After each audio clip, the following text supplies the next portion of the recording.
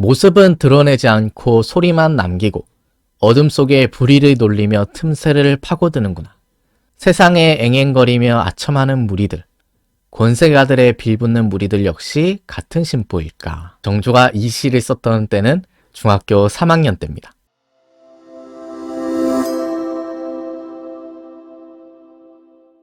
사실 정조는 조선시대 대표적인 학자군주인데요. 정조는 왕이 되기 이전인 세손 시절부터 부지런히 공부를 해서 학문적인 실력이 신하들을 뛰어넘을 정도였다고 합니다. 예를 들어 정조대왕 행장을 보면 이런 기록이 있어요. 정조는 15년간 동궁으로 있으면서 매일 부지런히 경전 공부에 마음을 쏟았다. 중국 상고시대의 서적이나 공자, 주자의 책, 제자백가의 학설, 우리나라 유학자들의 저술에 이르기까지 꿰뚫지 못한 것이 없었다. 그래서 이 세손 시절 정조의 학식이나 학문 수준을 엿볼 수 있는 기록이 바로 정조가 세손 시절에 남긴 글을 모은 춘저록이라는 기록인데요. 이 춘저록은 정조가 세손 시절에 지었던 글, 또 누군가에게 줬던 편지, 논설, 이 세손 시절에 남겼던 여러 글들을 수록하고 있는 책이에요. 근데 저는 이 춘저록에서 눈에 들어왔던 게 바로 정조가 지은 시인데요. 정조는 이 세손 시절에 정적들로부터 많은 어려움을 겪었는데 그 힘들고 불안한 상황 속에서도 어떤 감정적인 여유를 잃지 않았었다. 그런 시들이 제 눈에 많이 들어와서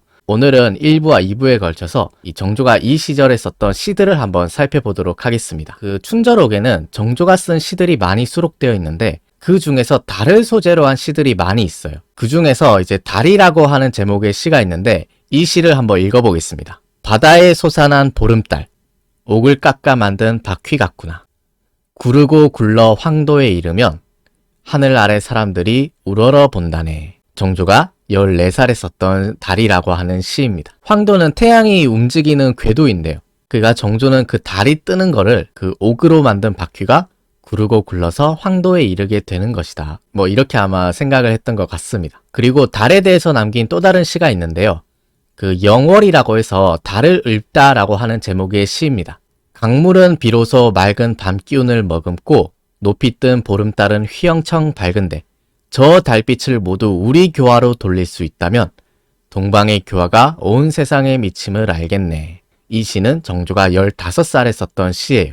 그 예로부터 달빛이 그 임금의 교화를 상징하기도 했거든요. 그 세상 만물을 비추는 저 달빛을 그 임금의 교화에 비유를 했던 거죠. 그래서 실제로 정조가 나중에 왕이 되고 나서 자신의 호를 짓는데 그 호를 만천명월 주인홍이라고 해서 자기 자신을 이 만갈래 하천이 비추는 밝은 달이다. 나는 이 세상 만물을 비추는 달의 주인이다. 뭐 이런 식으로 호를 짓기도 했었어요. 그 심지어 정조가 이 호를 지으면서 뭐라고 말을 하냐면 하늘의 달은 하나뿐이지만 달빛이 강물을 비추면 만 개의 강물마다 달이 떠있게 된다. 강물이 온 세상 사람이라면 달은 태극이다. 그리고 그 태극은 바로 나다. 그러니까 하늘에 떠있는 달은 하나뿐이잖아요. 그렇지만 온 세상의 강물에는 그 강물 하나하나마다 달빛이 반사돼서 떠있단 말입니다. 그러니까 나는 그 만갈래의 강물을 비추는 단 하나의 달이다. 이 세상에 교화의 빛을 내리는 그 단 하나의 달이 바로 나 자신이다. 그래서 정조의 이 호 때문에 정조를 달의 군주, 달의 임금이다. 이렇게 이제 별명을 붙이기도 하는데요. 이 세손 시절에 썼던 시들 중에도 달과 관련된 시들이 많은 걸 보니까 정조가 이 달에 대해서 느낀 어떤 감정이나 소회가 좀 남달랐던 것이 아닌가. 그리고 정조가 쓴 시 중에 또 눈에 들어왔던 게 바로 세계 지도를 보고 이 영감을 받아서 썼던 시가 있는데요. 이 세계 지도를 보고 과연 어떤 감상평을 남겼는지 한번 읽어보도록 하겠습니다. 그 제목이 천하지도라고 해서 그 당시 천하 나라들을 표시한 그 지도를 봤던 것 같아요. 그래서 그 지도를 보고 정조가 이런 시를 남겼습니다. 끝없이 광대한 산맥과 하천들을 역력하게 한 폭의 그림에 옮겨 놓았네. 세상 만국의 땅이 이렇게 넓단 말인가. 나는 지금껏 세상의 광대함을 몰랐었구나. 정조가 15살에 썼던 시입니다.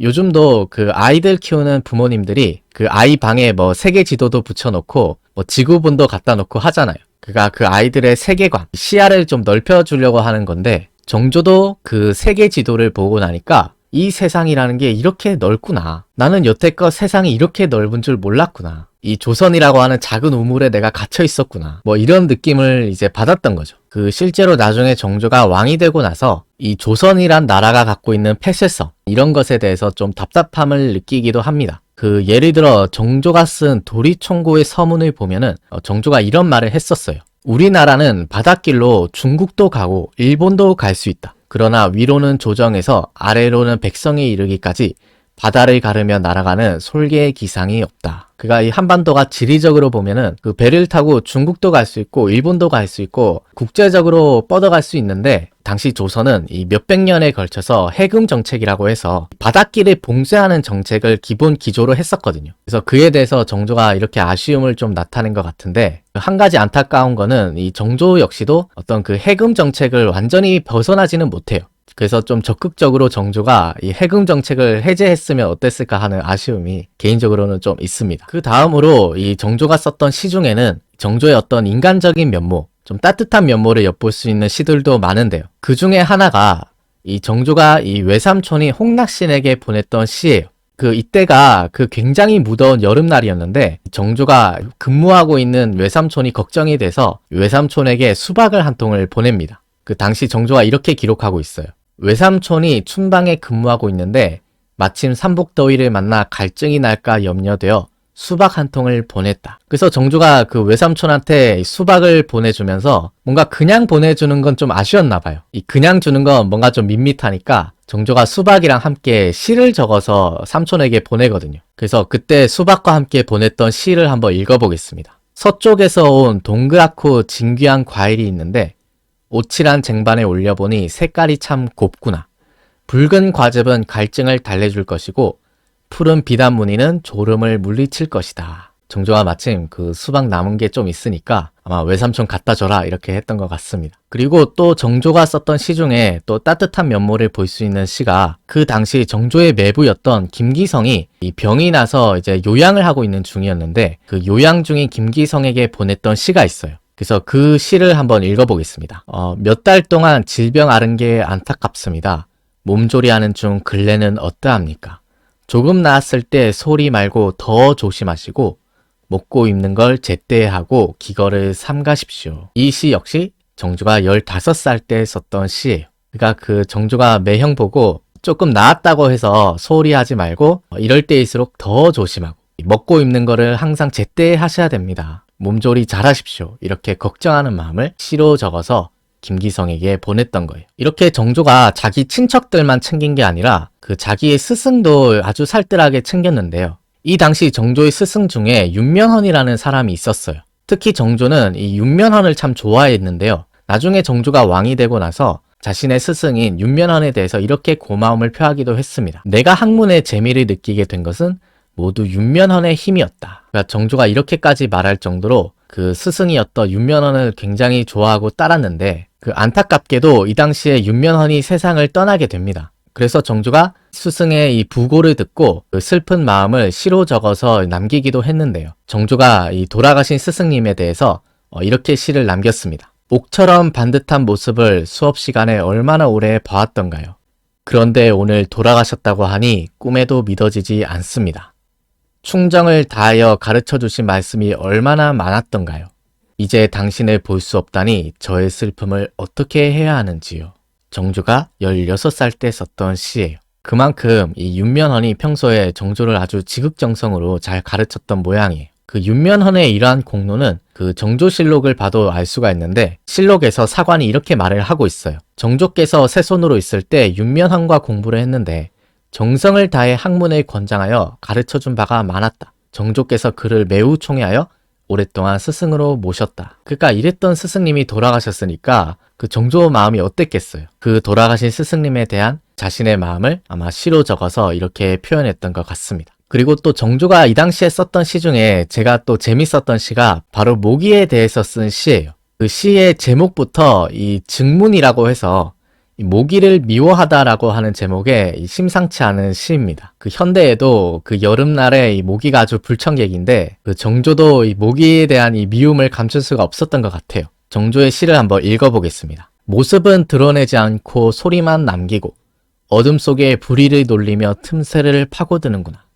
세상에 앵앵거리며 아첨하는 무리들, 권세가들의 빌붙는 무리들 역시 같은 심보일까. 그러니까 단순히 모기를 미워하는 시인 줄 알았는데 권세가들에게 빌붙어서 자리 한번 얻어보겠다고 이렇게 앵앵거리는 그 사람들을 이렇게 모기에다가 비유를 한 거예요. 그러니까 저 같으면은 그냥 모기를 욕하는 이 시만 썼을 것 같은데 정조는 거기서 한 번 더 나아가서 그 틈새를 노리고 있는 그 모기떼를 이 권세가들에게 아첨하고 빌붙는 그런 소인배들에게 비유를 하면서 이 시를 좀 더 풍성하게 만든 거죠. 정조가 이 시를 썼던 때는 중학교 3학년 때입니다. 그리고 이 당시에 정조가 어떤 이 세상에 대해서 또는 역사에 대해서도 아주 날카로운 이 비평을 가하기도 하는데요. 그 하루는 정조가 그 진시 황제가 쌓은 이 만리장성을 그린 그림을 보고 자신의 감상평을 시로 남겼는데요. 그 시에서 이 정조가 어떻게 진시황을 비판하는지 한번 읽어보도록 하겠습니다. 그 시의 제목이 만리장성도라고 해서 만리장성을 그린 그림을 보고 지은 시예요.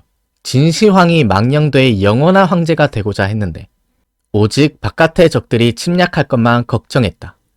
그러나 만리에 걸쳐 쌓은 장성은 아무 힘이 못 됐으니 위험한 재앙은 사실 내부에 있다는 걸 봤어야지. 정조가 16살 때 지은 시예요. 그가 그 진시황이 황제가 되고 나서 그 밖의 적들을 대비해서 만리장성을 쌓았는데 사실 그 진나라가 무너진 거는 외침이 아니라 그 내부의 부패, 내부의 혼란과 정치의 실정이었단 말이에요. 그가 정조가 시황제 보고 이렇게 거대한 토목공사를 일으켜서 백성들을 학대하고 수탈하고 이 못살게 만든 당신이야말로 그 바깥에 쳐들어오는 적들보다 더 위험했던 재앙이 아니었느냐. 이렇게 해서 결국 나라가 망하게 된 거 아니냐. 이렇게 그 정조가 시황제에게 따끔하게 일침을 날린 거죠. 네, 오늘 이렇게 해서 정조가 14살부터 16살 때 그 오늘날로 치면 중학생 때 썼던 시들을 한번 읽어봤는데요. 저는 중학교 때 이런 생각들, 이런 시들을 절대 못 지었을 것 같은데 상당히 그 나이에 비해서 조숙한 시들을 많이 남겼다는 걸 알 수 있었던 시간이었던 것 같습니다. 네, 그러면 오늘 1부는 여기서 마치고 그 다른 시들은 다음 2부에서 또 계속해서 살펴보도록 하겠습니다. 긴 시간 시청해 주셔서 고맙습니다.